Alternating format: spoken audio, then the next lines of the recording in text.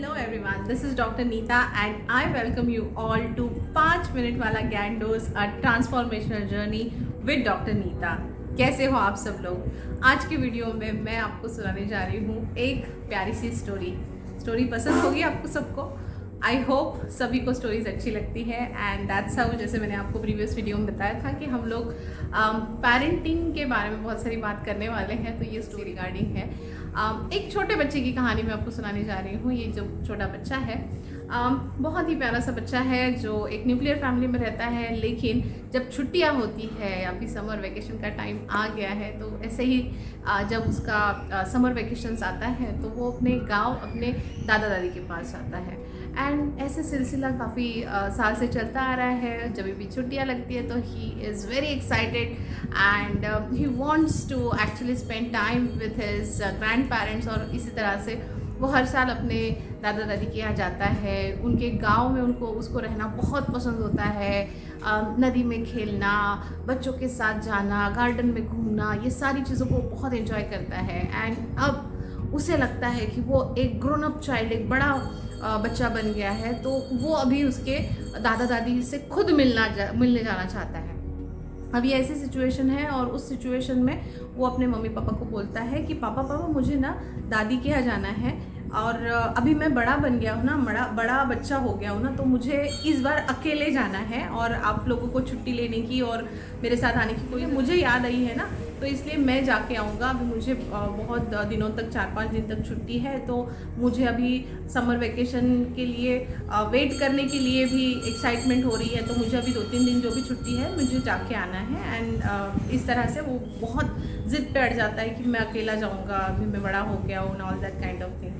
अब पेरेंट्स जो है वो बहुत समझाने की कोशिश करते हैं, बेटा ये पॉसिबल नहीं है, डिस्टेंस बहुत ज़्यादा है, तुम अकेले नहीं जा सकते, बट बच्चा जो है अपनी ज़िद पे अड़ जाता है। तो उसके पापा बोलते ठीक है, मैं तुम्हें अकेले ट्रेन में बिठा दूँगा और वहाँ से दादाजी तुम्हें लेने के लिए आ जाएंगे, तुम चले जाओ, लेकिन कुछ कंडीशंस है तो वो तुम्हें फॉलो करने पड़ेंगे। और जो भी हम छोटे बच्चों को इंस्ट्रक्शंस देते हैं वो सारे इंस्ट्रक्शंस वो पापा जो है अपने बच्चे को दे देते हैं। एंड फिर वो दिन आता है जब उसे जाना है। अब ट्रेन पे बिठाते टाइम पे तो पापा अपने दिल पे पत्थर रखते हैं और बोलते हैं बेटा देखना, ध्यान रख, बहुत बहुत चिंता होती है, लेकिन फिर भी।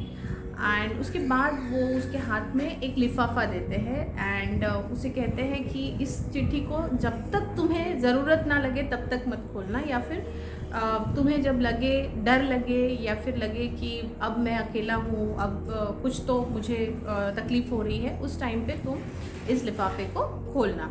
तो ऐसे करके वो लिफाफा फोल्ड करके वो उनके जेब में रख देता है। उनको सीट पे बिठाते हैं उसके पापा एंड उसको अलविदा कह के निकल जाते हैं। अब बच्चा जो है वो बहुत एक्साइटमेंट में है, उसे लग रहा है कि वाह वाह मैं बड़ा हो गया हूँ, मुझे दादी के यहाँ जाना है।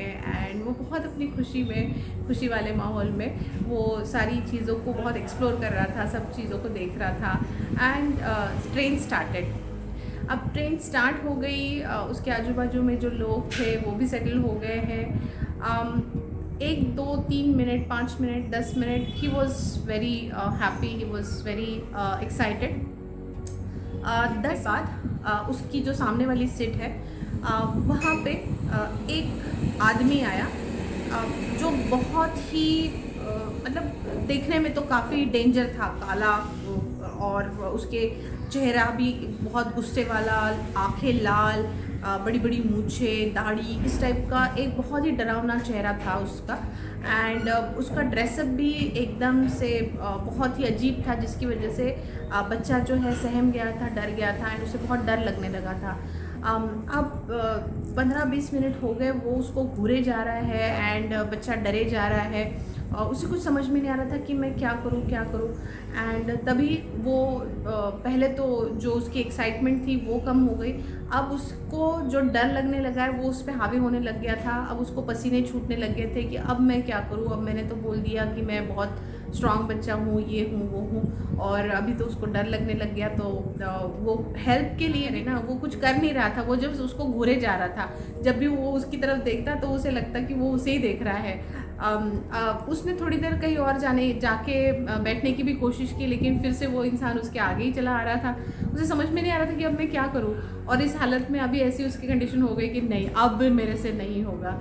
तो उसको तभी एक वो चीज़ याद आई कि जब पापा ने उसे बोला था कि बेटा, जब तुम्हें लगे कि अब मुझे डर लग रहा है और अभी मेरे से नहीं होगा मैनेज, तो उस टाइम पे इस लिफाफे को खोलना। तो उस लिफाफे की उसको याद आ गई, एंड उसने धीरे से अपने जेब में हाथ डाला और लिफाफा खोला। उसके अंदर एक चिट्ठी थी। उसने चिट्ठी खोली, उस पर लिखा था, बेटा डरना मत, मैं बाजू वाले कंपार्टमेंट में ही हूँ, जब भी डर लगे मेरे पास आ जाना। And then he feel like, oh thank you papa, you are always there for मी।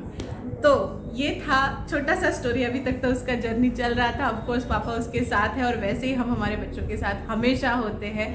बच्चे चाहे कुछ भी जिद करें, बच्चे चाहे कुछ भी बोले, हम उनकी हर जिद को, जो उनकी इच्छाएं आकांक्षाएं हैं, उनको पूरा करने की हमेशा कोशिश करते हैं। लेकिन हम उनके साथ रहते हैं, चाहे फिज़िकली उनके साथ ना हो, लेकिन हमारा मॉरल सपोर्ट उनके साथ रहता है, या फिर हम दूर से क्यों ना हो, उनको हमेशा सपोर्ट करते रहते हैं। तो ये जो स्टोरी है, इससे आपकी क्या लर्निंग है, मैं इसका मॉरल नहीं बताऊंगी।